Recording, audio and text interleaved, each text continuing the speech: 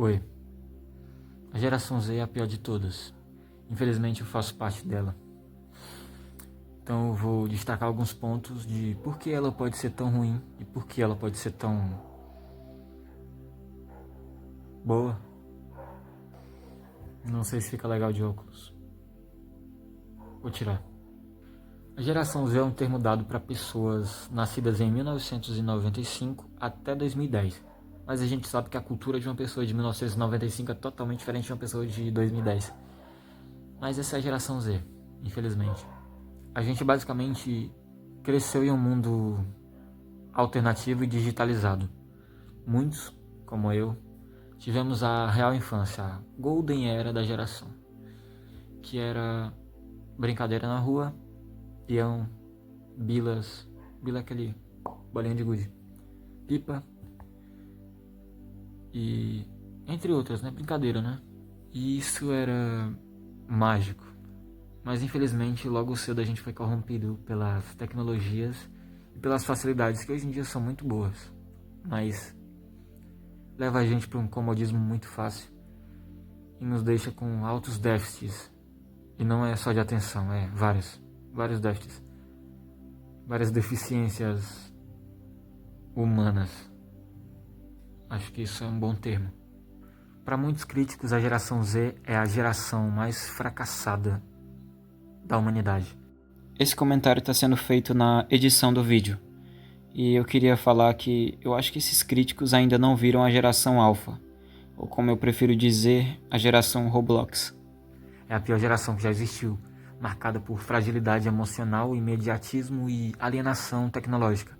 No entanto, esse mesmo perfil pode ser a chave para grandes mudanças culturais, sociais e econômicas no futuro, mesmo que elas não sejam boas. Por exemplo, movimentos otakus, BGS, essas coisas que a maioria dos jovens gostam, essas músicas. Quando a gente fala de mudança cultural, a gente não está falando de coisa boa. Ou às vezes sim, ninguém sabe, né? Depende muito do jovem. Por exemplo, o índice de jovens que, pelo menos no Brasil, estão indo para a academia e se exercitando subiu muito. Muito pelo fato da tecnologia ter colaborado para isso.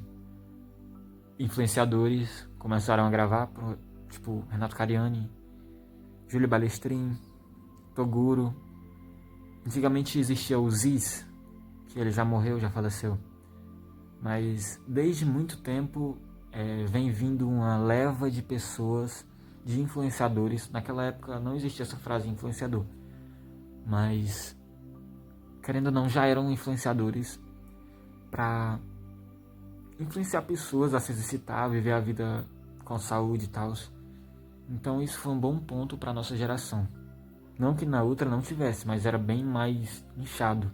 Hoje em dia é bem aberto, a gente sabe exatamente o que é uma maromba. Antigamente ninguém sabia o que era maromba. Então é isso. Porém, a gente tem várias dependências tecnológicas. O crescimento da tecnologia, o celular, redes sociais, internet. E muitos não conseguem viver desconectados, o que gera ansiedade, falta de foco e alienação. A gente procrastina muito, a gente tem pouco foco. O índice de TDAH vem aumentando cada vez mais. E às vezes a pessoa nem tem TDAH, a gente só tem um foco que pode ser resolvido de qualquer forma, só largar um pouco o celular e focar, literalmente focar. Quem tem TDAH não consegue, é realmente um distúrbio na cabeça, é um problema real. Mas a tua falta de foco geralmente não é TDAH, é apenas falta de foco, normalmente. Tipo, é só tu focar. Fragilidade emocional, altas taxas de depressão, ansiedade e estresse. Críticos afirmam que são menos preparados para lidar com a frustração. Ou seja, vários fatores podem ocasionar uma depressão. Um deles é hormonal e também tem a questão de tipo a pessoa não teve uma boa vida, uma infância legal. Tudo isso influencia, mas às vezes a maioria dos casos são pessoas que apenas não têm uma vida social fora das redes sociais. Porque é diferente a vida social com pessoas físicas, reais, em uma praça, em uma casa de um amigo, conversando coisas normais, e a gente não tem mais isso, a gente não conversa mais. Eu, por exemplo, sou uma pessoa que faz isso. No caso, vai na casa de alguém, conversa e tal, desprende do celular, não fica conectado 24 horas. Mas eu conheço várias pessoas que não são assim. Não tem muito essa fragilidade emocional. Infelizmente a gente está nesse período de fragilidades emocionais. Também tem o imediatismo, que é tudo no exato momento. iFood, pega. Compra na internet, pega. Tipo, rápido, muito rápido. A gente está acostumado a tudo muito rápido. Não temos paciência para processos longos. Isso prejudica o relacionamento, carreira e visão de futuro.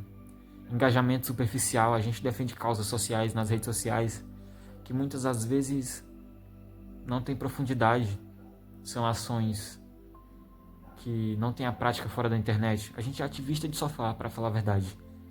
E a gente também tem um grande déficit de desconexão de tradições. A gente não tem mais a tradição. Tá acabando a tradição. Por exemplo, poucos são apegados a valores familiares.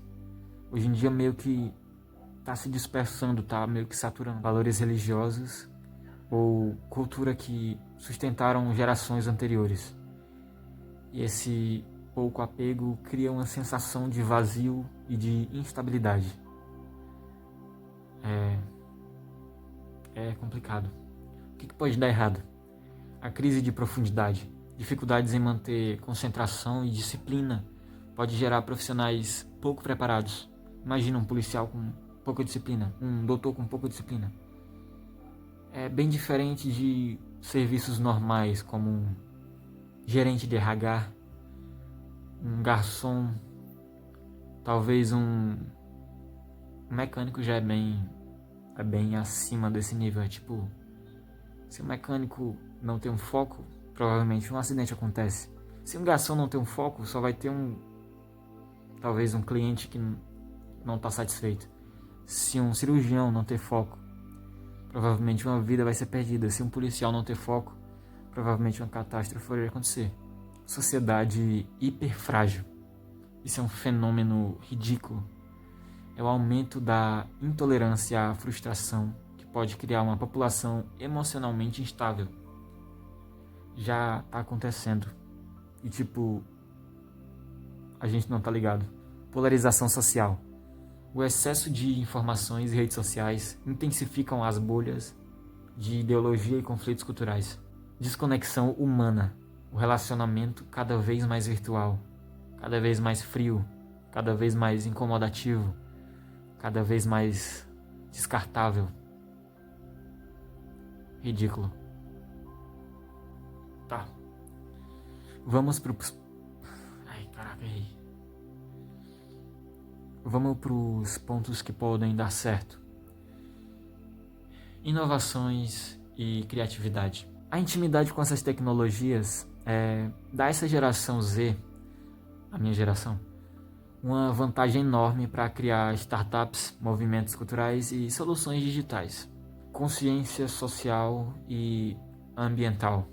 Apesar daquele ativismo de sofá, que é a rapaziada que fica no celular militando, a gente tem uma boa consciência social e ambiental. Há um forte senso de justiça social, igualdade e preservação ambiental, que pode resultar na mudança real da geração. Por exemplo, a gente compra muita briga. Por exemplo, o caso de um homem que cortou as patas de um cavalo. A gente meio que comprou a briga do cavalo e é bom e é ruim. Imagina, a gente comprar a briga errada. Quebra de padrões ultrapassados. Questionam tradições que já não funcionam, como estruturas rígidas de trabalho, preconceitos e visões retrógradas.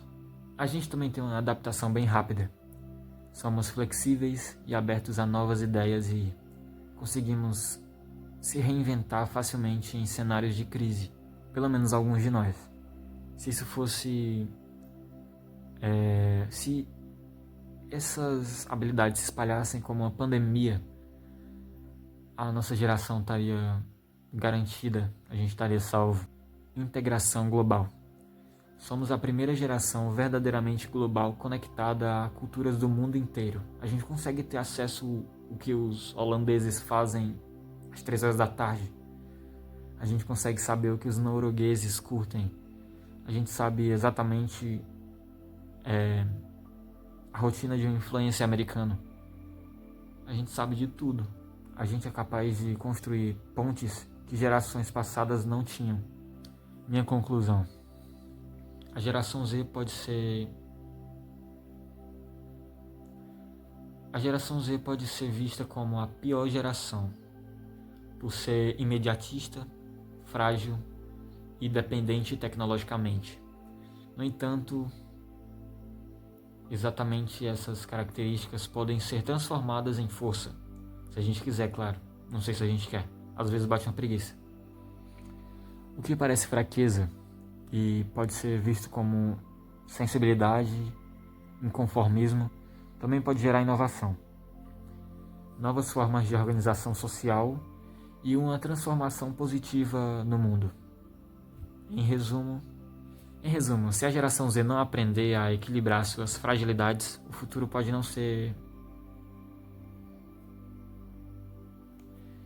O futuro pode ser caótico, mas se a gente conseguir canalizar essas criatividades, sensibilidades e consciência, a gente pode se tornar uma das gerações mais impactantes da história. Muito obrigado por assistir. Não tem necessidade nenhuma de fazer isso.